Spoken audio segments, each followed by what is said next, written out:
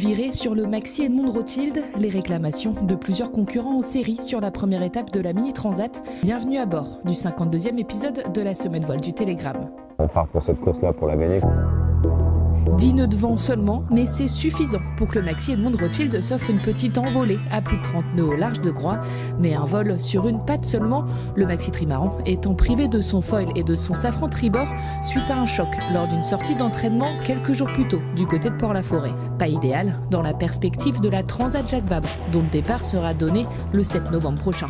Et c'est juste le temps qu'il nous faut pour réparer le foil pour partir faire la course. Donc c'est vrai que ça met en stress un peu toute l'équipe en fait. 4 ans après sa mise à l'eau, l'ultime, signé Guillaume Verdier, se voit doté de nouveaux foils, de nouveaux safrans et d'une nouvelle dérive centrale. L'objectif, rester à niveau par rapport à la concurrence et à l'arrivée de nouveaux ultimes. Ça nous pousse à nous dépasser tous les jours, à réfléchir pour faire avancer le bateau encore plus vite. C'est vrai qu'on avait une petite marge d'avance sur les anciennes générations de bateaux.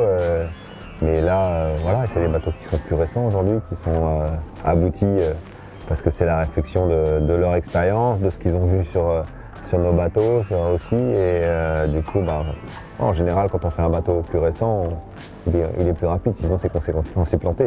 Gitana 17, comme les 4 autres ultimes qui font leur retour sur la Transat en double, sont tous en quête de fiabilité. On part pour cette course-là pour la gagner, comme tous les bateaux, je pense qu'ils vont s'aligner sur la ligne de départ, on va tout donner. Un bateau c'est un pulse et on peut progresser dans tous les niveaux, c'est comme de Formule 1, début de saison et fin de saison, elle change énormément. Comme nous on essaye d'évoluer dans tous les domaines et de repousser les limites que l'on ressent sur le bateau pour progresser. À chaque fois qu'on enlève une limite, il y en a une autre qui apparaît. Donc on continue à progresser comme ça. Et finalement, les bateaux neufs, en vérité, il n'y a rien de complètement neuf. Pourquoi on ferait un nouveau bateau? C'est si on voulait changer le concept général, notamment la position des bras. Ou sinon, tout le reste peut être changeable sur un bateau forme ancienne en fait. Avec 5 succès à eux deux sur la Transat Jacques Vabre, Franck Camas et Charles Caudrelier forment surtout un duo qui se connaît par cœur et fonctionne très bien depuis de nombreuses années. Et en plus là on a la chance qu'aucun d'autre n'a, c'est qu'ils travaillent ensemble tous les jours depuis 3 ans sur ce bateau. Donc ça c'est aussi un gros atout, c'est un choix qui a été fait par l'écurie Gitana de nous avoir à plein temps tout le temps.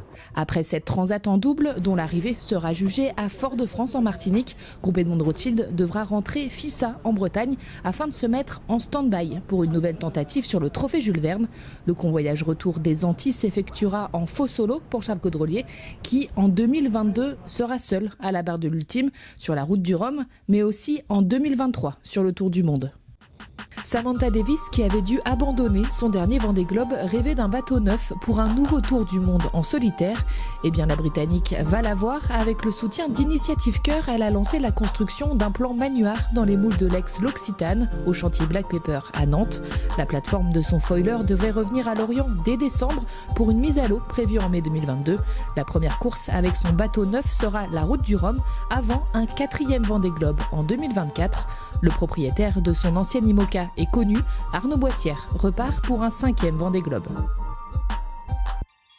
Ça gronde en ce moment du côté de Santa Cruz de La Palma, où est arrivée la première étape de la Mini Transat. Mais cette fois-ci, le volcan Cumbre Vieja n'y est pour rien. Plusieurs concurrents ont porté réclamation auprès du jury au sujet de l'escale conseillée lors du coup de vent au Cap Finistère.